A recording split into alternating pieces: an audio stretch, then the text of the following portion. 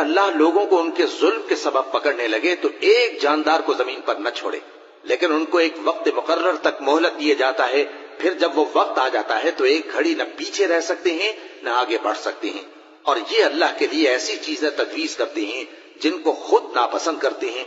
اور زبان سے جھوٹ بکے جاتے ہیں کہ ان کو قیامت کے دن بھلائی یعنی نجات ہوگی۔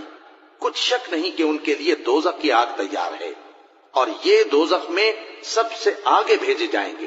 اللہ کی قسم، ہم نے تم سے پہلی امتوں کی طرف بھی پیغمبر بھیجے تو شیطان نے ان کے کرتوت ان کو آراستہ کر دکھائے، تو آج بھی وہی ان کا دوست ہے اور ان کے لیے عذاب علیم ہے۔ اور ہم نے جو تم پر کتاب نازل کی ہے تو اس لیے کہ جس بات میں ان لوگوں کو اختلاف ہے تم اس کا فیصلہ کر دو، اور یہ مومنوں کے لیے ہدایت اور رحمت ہے۔ اور اللہ ہی نے آسمان سے پانی برسایا، پھر اس سے زمین کو اس کے مرنے کے بعد زندہ کیا، بے شک اس میں سننے والوں کے لیے نشانی ہے، اور تمہارے لیے چوپایوں میں بھی مقام عبرت و غور ہے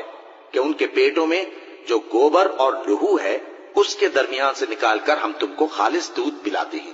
جو پینے والوں کے لیے خوشگوار ہے۔